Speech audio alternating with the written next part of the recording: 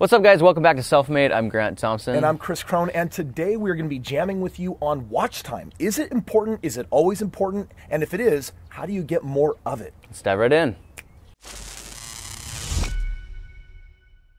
All right, guys, so you hear this term floating around YouTube all the time, watch time, it's all about the watch time. And this is because of algorithm changes where YouTube, they used to favor views on videos. Now it's not so much the views, it's more how much time can we have people stay on YouTube? And this is true for a lot of platforms like Facebook as well. They want people, once they come to the site, they want them to stay on the site. Yeah, and Grant, let's start for our beginners. If you're just brand new and you're like, whoa, this world of YouTube is so fresh and new and I'm a brand new subscriber, make sure you are.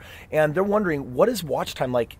Like, define that term for someone that's maybe even never heard it before. Yeah, so watch time basically is how much time people spend watching your videos on your channel.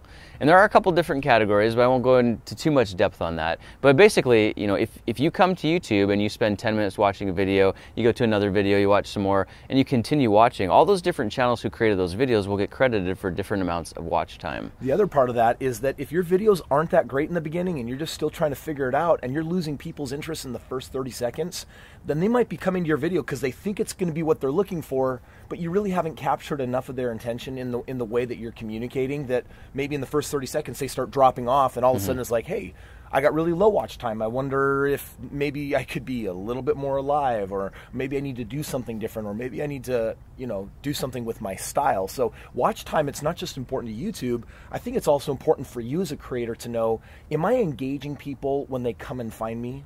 And watch time is measured in minutes. So you actually can see how many minutes people have spent watching your channel. And recently I went back and looked at the total watch time people have spent on my channel, and it equated over to 10,000 years. Yeah, that's that crazy. People have spent watching content. I've decided to watch all of Grant's videos that anyone has ever watched, and in 10,000 years, I probably still won't be done because it's going to keep growing. But Grant, where does a creator actually find out where to actually see this? Like, do they have to guess what their watch time is? Is there a place where YouTube makes it available for them? So when you're on YouTube, you can go into the back office or the YouTube manager, and there is an analytics dashboard. You get into the analytics and you can actually look at the watch time reports, and it will break down everything for you by hours or views. You can look back 28 days, you can look back the last 7 days, you can look back the entire lifetime of the channel, and that's what I did to find out the 10,000 years. Well, and I recently went and looked at mine, and in the last 90 days, my watch time is up, and it's trending up, and I'm like, oh, does that mean that I'm more engaging, or does that mean that I'm actually keeping people on my videos longer? And I take that. That's one of the things that I look at is, all right, I'm making some good videos here because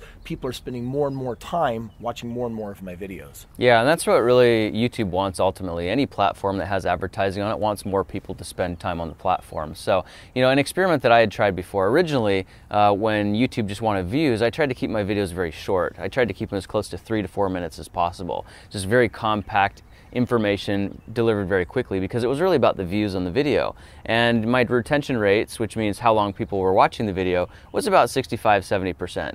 So they'd watch a little bit more than half the video and then they'd, you know, click off or fast forward. Now, recently YouTube wants more watch time. There's incentives for making your videos longer than 10 minutes. So if you can get a 10-minute video, I guess the question is, are you going to lose more people? If they're used to watching a minute and a half, 2 minutes and abandoning, are they actually going to watch a 10-minute video? What I found has been really interesting on my videos is the retention rates are still the same. I'm still getting about 65–70% watch time or retention rates on the 10-minute videos. So here's the difference. If you worked really hard and made a really viral 1-minute video, or you just casually vlogged a 10-minute video, let's look at this in numbers. If you had 1 million people watch your 1-minute video all the way through, 100% attention, you'd have 1 million minutes of watch time.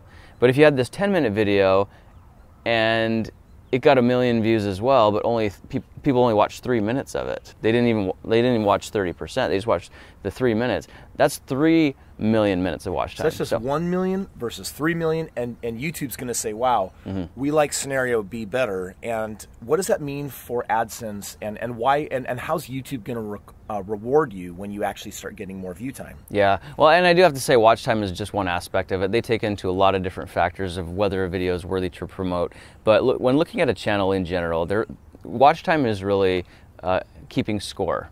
Watch time is like how your channel is doing.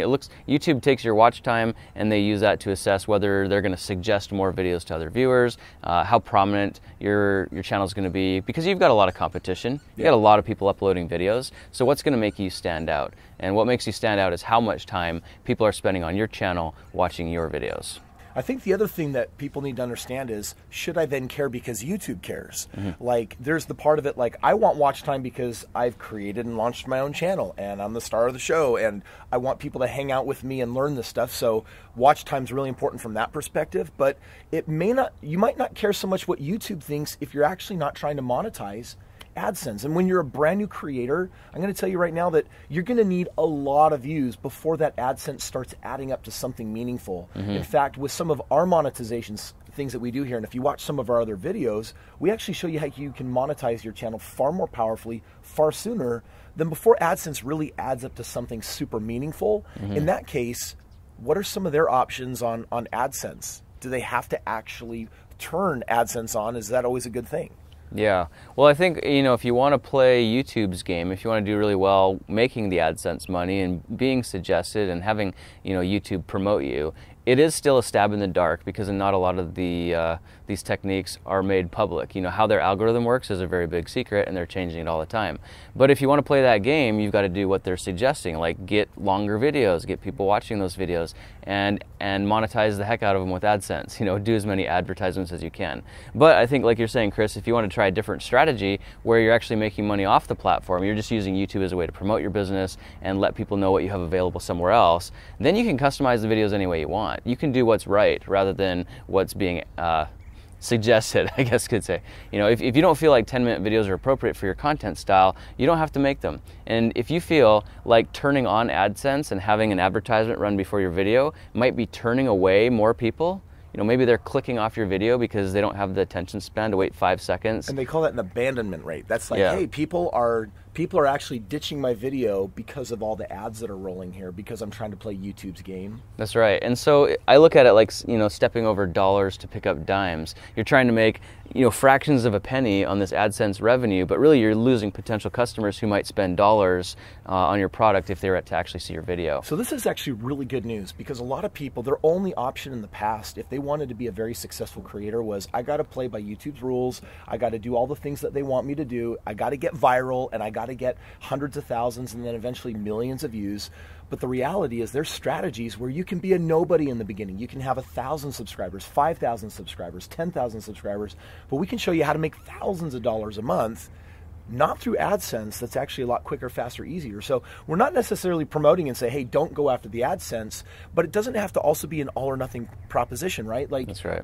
Can you actually choose when you flip the switch saying AdSense on, AdSense off? Very much so, yeah. It's all customizable. You can turn ad revenues on or off anytime you want, and there are even features in the Video Manager where you can do it in bulk. You can turn all your videos on or all your videos off whenever you like. So it really comes down to your preference. Do you want to play the YouTube game? Do you want to get prominent on YouTube? Do you want to be YouTube famous? Do you want to be like a big YouTube channel and make the AdSense revenue? Or do you have a different strategy where you're going to be using this platform and maybe not have the huge numbers and subscribers and views and watch time, but you're making money in a different way? So you don't necessarily need to have the volume, because I think, Chris, one of the things that I appreciate about what you're doing is you've got a lot smaller volume than a creator like myself, and yet the revenues that you're generating can almost match or sometimes even exceed what a large creator is making, just because the way that you're monetizing in your own way. Well, and that's really the exciting thing about what we're doing, is that we're trying to launch more creators more successfully. A lot of creators get burned out when they're creating all these videos because they're playing the AdSense game, and what we want to do is say, hey, you know what? Just even within the first several months of getting started, you can actually start having your channel pay for itself. You can get the bills covered. You can even start making money. And if you want to learn how to do that, then you're going to want to click on our website or the link in the description below and learn more about our style and our way, because I don't really know of anyone else that's doing what we're doing right now. Hopefully it catches on by us helping people like you crush it and rock it out on YouTube. If you're ready to start making money on YouTube, click the link in the description below. Or if you want to watch the rest of this video, click right over here on Chris's face. Ah!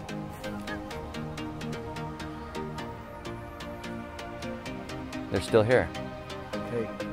Come on, it's only 2 options. It's not my face, it's right here. We got a description or the box right here. Video.